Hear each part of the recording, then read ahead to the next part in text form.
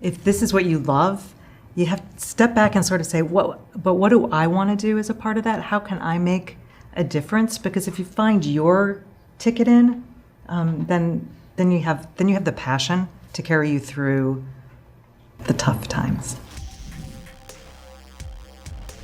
First of all, congrats on the movie. Thank you. Amazing. Thank you. I was truly like howling laughing in the theater, great. Especially at Socks. The cat, yeah, the cat's funny. What was the inspo for Socks? I think it was a childhood terrified by animatronic animals at pizza restaurants.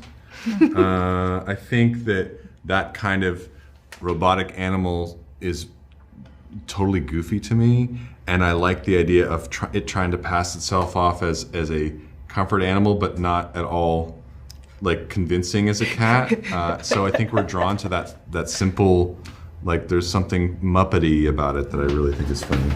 It reminded me of like when I was a kid, I had one of those, and it was like it had the blue ears, and it like you pressed its head, and it walked around. Oh, I forget what they're called, ears. but I was like, want this that. reminds me of sounds Socks.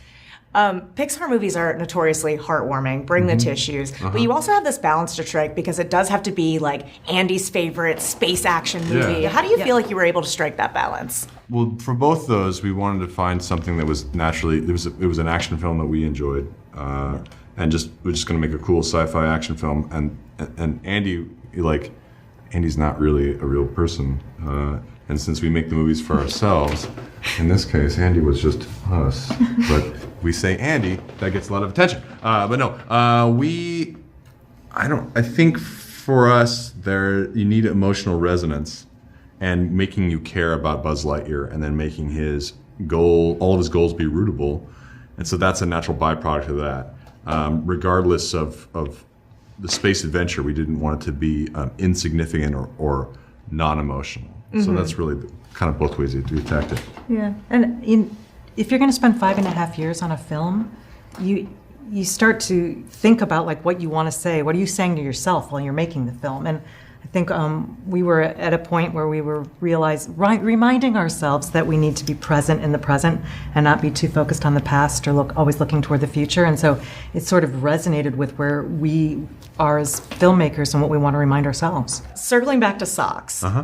Chris Evans is a huge Red Sox fan. Is that a coincidence That the is cat? 100% coincidence. Really? Yeah, it is. I assumed he named Socks or something. No, it was just seemed like kind of a generic cat name that you could visualize that would have little like white feet and that.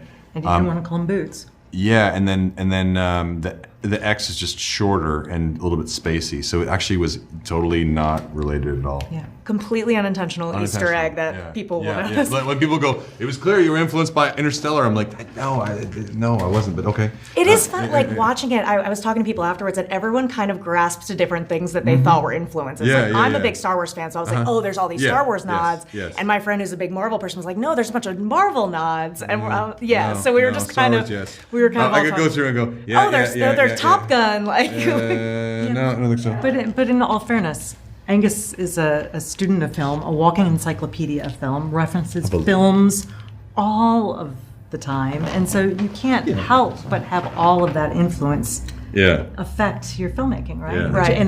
I think in a really great way. Yeah. Love that. As a huge Toy Story fan, what was your favorite question to answer about Buzz? I don't know if it's so much questions. I just wanted to see Buzz in action doing his thing. Like the Toy Story 2 opening of the video game thing was, I animated a pretty significant portion of that sequence, and getting to see Zurg fight Buzz again.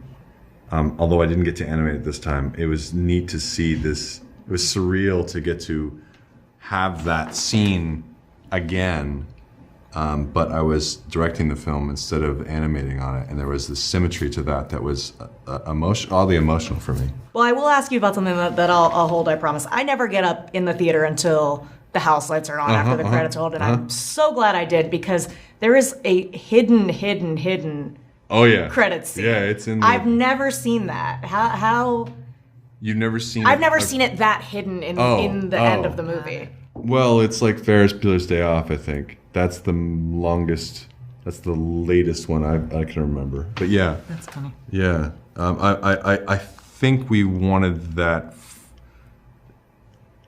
I mean, just to.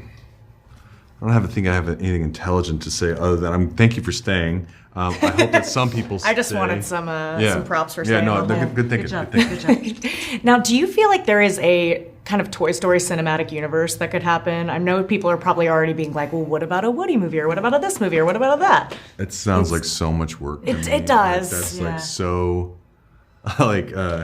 yeah. And I'm glad people are excited about that.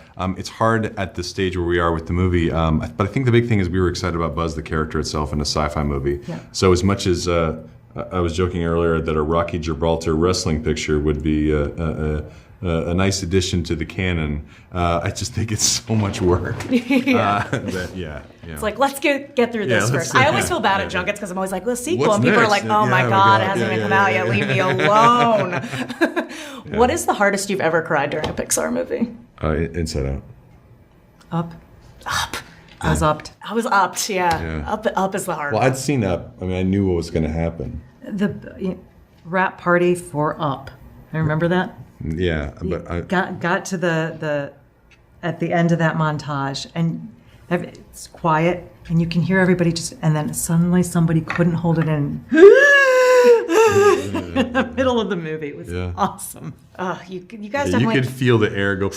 Yeah, last night at the rap party too. Yeah, It was neat for us. Angus, you posted this letter from Pixar that you got 26 years ago, Yeah. and I found it so inspirational. What would you say to people who are, aspiring to do what you guys do? You have to really be obsessed with it because I think everyone has their own path and every situation is different. And I think that there's so much being made right now that there's work out there, but it requires a level of discipline and stick-to-itiveness and luck. Like you need to meet people that are going to support you and people that are invested in you and people that are going to push you. And I was fortunate to have that. And it still took me so long to make a movie, but I have to do it. This is what I love, and so I was fortunate enough to get to work with friends to make a movie, and it's a long process, but I'm just still doing the same thing I was doing when I was a kid. I'm just doing it now with a different set of friends. I always love these stories because you can talk to 100 different people and you'll get 100 different stories of kind of Yeah. how they cross that threshold and broke Yeah. in. And, Galyn, what would you say? What would your kind of advice be to somebody who's trying to make it happen? As Angus was saying, there's so many different paths. And when it comes to filmmaking in particular, and animated filmmaking, there are so many different ways to participate in the making of a film. And so if this is what you love, you have to step back and sort of say, what do I want to do as a part of that? How can I make a difference? Because if you find your ticket in, then you have the passion to carry you through the tough times.